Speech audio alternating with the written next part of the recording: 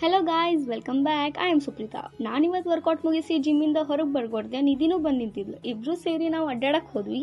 ಇಕ್ಕಿ ನನಗೆ ಹೆಲ್ಮೆಟ್ ಹಾಕೊಂಡಿಲ್ಲ ಅಂತ ಹೇಳಿ ಸಂಧಿ ಒಳಗೆ ಕರ್ಕೊಂಡು ಹೊಂಟಾಳೆ. ಆಕಿಗೂ ದಾರಿ ಗೊತ್ತಾಗತ್ತಿಲ್ಲ, ನನಗೂ ಗೊತ್ತಾಗತ್ತಿಲ್ಲ.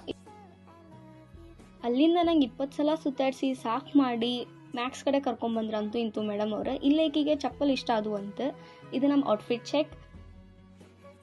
ನಾವು ಸ್ಲೀಪರ್ಸ್ ತೊಗೊಂಡು ಹೊರಗೆ ಬಂದ್ವಿ. ಆಮೇಲೆ ನಮಗೆ ಸಾಹಿಲ್ ಅವ್ರದ್ದು ಮಾಡರ್ನ್ ಹಾಲ್ ಒಳಗೆ ₹100 ಸೇಲ್ ಐತಿ ಅನ್ನೋದು ರೀಲ್ ನೆನಪಂತೆ. ಸೊ ನಾವು ಸೀದಾ ಅಲ್ಲಿಗೆ ಹೋದ್ವಿ. ಅಲ್ಲೇ ಹೋಗಿ ನೋಡಿದ್ರೆ ಸೇಲೂ ಇಲ್ಲ, ಏನೂ ಇಲ್ಲ.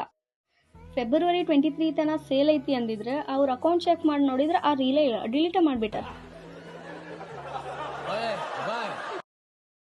ಅದ ಬೇಜಾರ್ ಒಳಗೆ ನಾವು 7th ಹೆವೆನಿಗೆ ಹೋದ್ವಿ. ನನ್ನ ಕಂಬ್ಯಾಕ್ ನನ್ನ ಮಕ್ಕಳು ಮಾಡ್ತಾರೆ ಅಂದ್ಕೊಂಡಿದ್ದೆ, ಆದ್ರೆ ನಾನು ಮಾಡತ್ತೇನೆ.